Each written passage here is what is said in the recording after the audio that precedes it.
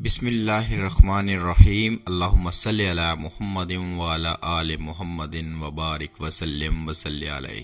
حضرت خضر علیہ السلام کا ایک واقعہ۔ ایک مرتبہ حضرت خضر علیہ السلام دریا کے کنارے بیٹھے تھے۔ اتنے میں کسی سائل نے آ کر ان سے سوال کیا کہ میں آپ سے اللہ کے واسطے سوال کرتا ہوں، مجھے عنایت فرمائیے۔ یہ سن کر حضرت خضر علیہ السلام پر بے ہوشی طاری ہو گئی۔ جب کچھ ہوش آیا تو فرمانے لگے، بھائی میں تو صرف اپنی جان اور مال کا مالک ہوں، تم نے مجھ سے اللہ کے واسطے سوال کیا ہے، لہٰذا میں اپنی جان اور ذات تمہارے حوالے کرتا ہوں، تم جس طرح چاہو اس کو استعمال میں لاؤ، بازار میں فروخت کر کے اس کی قیمت سے فائدہ اٹھاؤ۔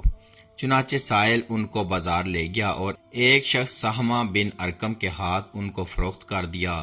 یہ خریدار ان کو اپنے گھر لے گیا جس کی پشت پر اس کا ایک باغ تھا۔ چنانچہ سہمہ نے حضرت خضر علیہ السلام کو ایک کدال دے کر کہا کہ اس سامنے والے پہاڑ جو 3 مربع میل رقبہ میں واقع تھا، مٹی کاٹ کاٹ کر باغ میں ڈالتے رہیں۔ اور یہ حکم دے کر سہمہ اپنی کسی ضرورت سے کہیں چلا گیا اور حضرت خضر علیہ السلام اس پہاڑ سے مٹی کاٹ کاٹ کر باغ میں ڈالتے رہے۔ جب سہمہ واپس آیا تو اس نے گھر والوں سے دریافت کیا، تم نے غلام کو کھانا بھی کھلایا یا نہیں؟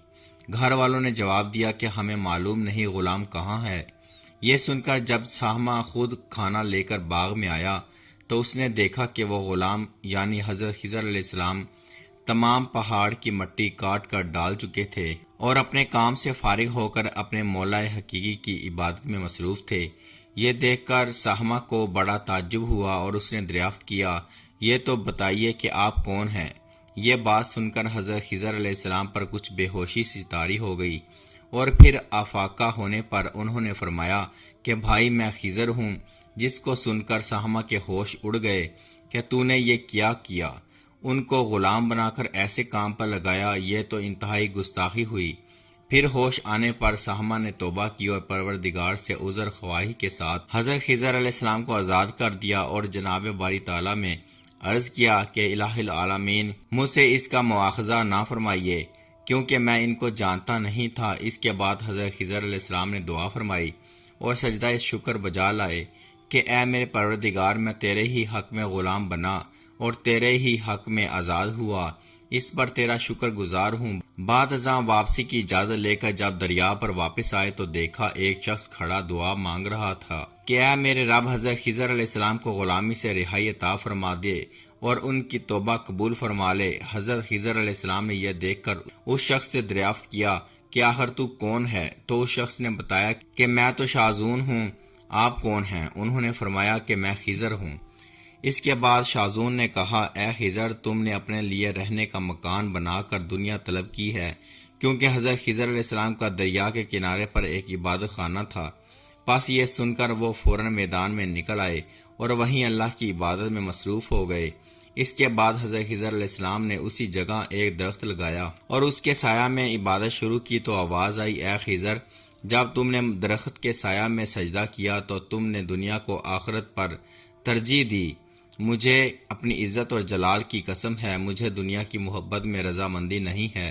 اس کے بعد حضرت خضر علیہ السلام نے شاذون فرشتہ سے کہا کہ اے شاذون، دعا کرو کہ اللہ تعالیٰ میری توبہ قبول فرمائے۔ چنانچہ شاذون نے دعا کی اور اللہ تعالیٰ نے شاذون کی برکت سے حضرت خضر علیہ السلام کی توبہ قبول فرمائی۔ خدا کے برگزیدہ بندے اسی حال میں راضی رہتے ہیں جو اللہ کو منظور ہو۔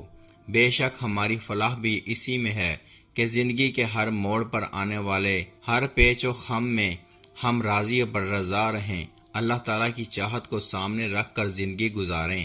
دعا ہے کہ اللہ تعالیٰ ہمیں اس واقعہ سے سبق حاصل کر کے نیک بننے کی توفیق عطا فرمائے، آمین یا رب العالمین۔ اگر آپ کو یہ واقعہ پسند آیا ہو تو پلیز کمنٹ کر کے ضرور اپنی رائے کا اظہار کریں۔ شکریہ۔